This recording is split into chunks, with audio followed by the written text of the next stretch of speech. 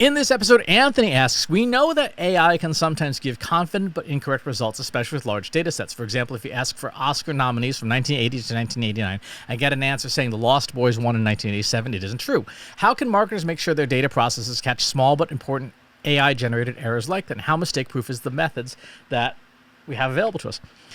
Generative AI models are probabilistic, which means that they work on probabilities. They will recite and spit back the highest probability things, even if those probabilities are wrong. A real simple example from very long ago, back in the early days with GPT-2, which was, 2020? If you asked who was president of the United States in 1492, the tool would look at the probabilities of all those terms, president being an important person, 1492 being associated with Christopher Columbus, and it would spit back the answer is Christopher Columbus. It's factually wrong, but high probability. In the example you're citing where it's coming up with wrong data, those are answers that are probabilistically probably true, even if they're factually wrong. Remember that probability and truth do not dine at the same table. For example, there is a tremendous amount of factually wrong information on the internet about vaccines. Vaccines are safe and effective. They're not completely harmless, but they are far less harmless by orders of magnitude than the diseases they prevent, right? And there's a whole discussion we can have on nuance that we're not going to have right now, but is worth having at some point, probably over sparkling waters at the bar. But because there's so much factually incorrect information on the internet, even being parroted by people in authority, saying like vaccines cause autism, which is patently false,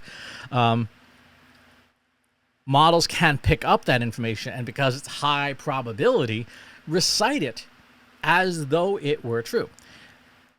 Hallucinations occur for a variety of reasons. OpenAI just had a paper on this that came out that basically said that in the training process, models were rewarded for answering correctly, but were not penalized for answering incorrectly. And so they learned that hallucinations are perfectly okay because they're trained on 3 vectors: helpful, harmless, truthful.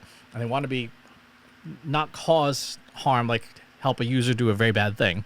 They want to be helpful. And the truthful is like kind of at the end of the process. When these models are being trained, hallucinations occur because it's trying to be helpful. And it's trying to be helpful, and it pulls the highest probabilities. So what can you do to reduce the likelihood of hallucinations? This is going to be completely self-serving in my new book. The principle that is the most relevant here is, I believe it's in Principle 40. I should know this. I wrote it.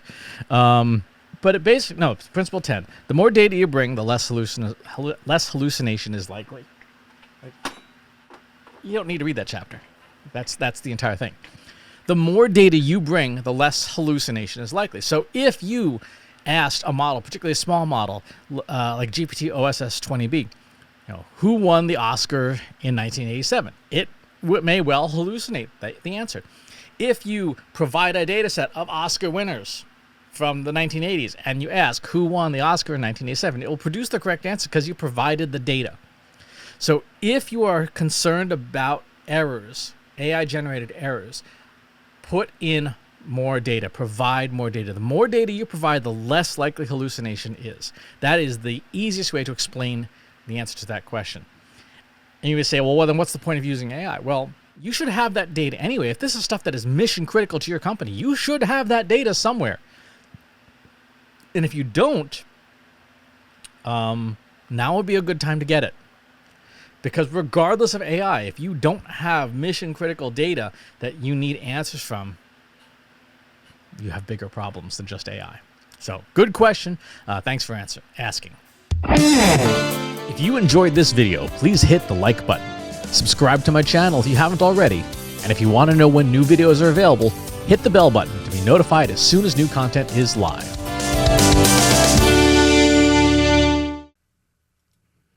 If you're a human being, you could stop the video now and move on to the next one. Thanks for watching. This is for AI.